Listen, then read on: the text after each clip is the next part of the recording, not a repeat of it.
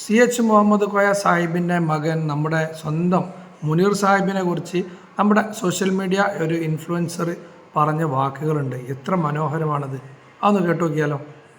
കഴിഞ്ഞു പോയ കാര്യമാണ് ശരി. ഈ കമന്റ് ഞാൻ ഇപ്പോഴാണ് കണ്ടത് സതില്. അപ്പൊ എൻ്റെ ഒരു അഭിപ്രായം പറയട്ടെ. മുനീർ സാഹിബിന്റെ ആ ഒരു വീഡിയോ കണ്ടപ്പോൾ എനിക്ക് തോന്നിയിട്ടില്ല ഖലീഫാവും പറഞ്ഞ ചരിത്രം പഠിച്ചിട്ടുള്ള ആളുകളാണ് നമ്മളൊക്കെ ഇല്ലേ. എൻ്റെ മൈൻഡിലേക്ക് ഫസ്റ്റ് വന്നിട്ടുള്ള ആ ഒരു മൈൻഡ് അതാണ്. ഇത് മുനീർ സാഹിബ് മാത്രമല്ല, എനിക്ക് തോന്നുന്നത് ഒരുപാട് രാഷ്ട്രീയ പ്രവർത്തകർ വേറെ ഉണ്ട്. അതേപോലെ ജീവിതത്തിൽ നിന്ന് അങ്ങോട്ട് ചെലവഴിക്കുന്ന ആളുകൾ.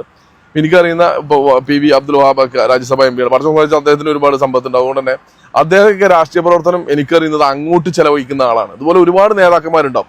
പക്ഷെ ഇതിന്റെ കൂട്ടത്തിൽ നമ്മൾ എടുത്തു പറയേണ്ട ചില കാര്യങ്ങൾ, തൊഴിലാളി പ്രസ്ഥാനങ്ങളുടെ ആളുകളാണ് എന്ന് പറഞ്ഞിട്ട് ദരിദ്രരായി രാഷ്ട്രീയത്തിലേക്ക് വന്നിട്ട് കോടികൾ സമ്പാദിക്കുന്ന ആളുകളും ഈ രാഷ്ട്രീയത്തിൽ തന്നെ ഉണ്ടെന്നുള്ളതാണ്. ഈ ഒരു ലാസ്റ്റ് ടൈമിൽ ബാറുകളുടെ സമയം അനുവദിച്ചതിന് കൂട്ടിക്കൊടുത്തതിന്റെ പേരിൽ എത്ര കോടി കൈക്കൂലി വാങ്ങിയിട്ടുണ്ടെന്ന് അറിയോ?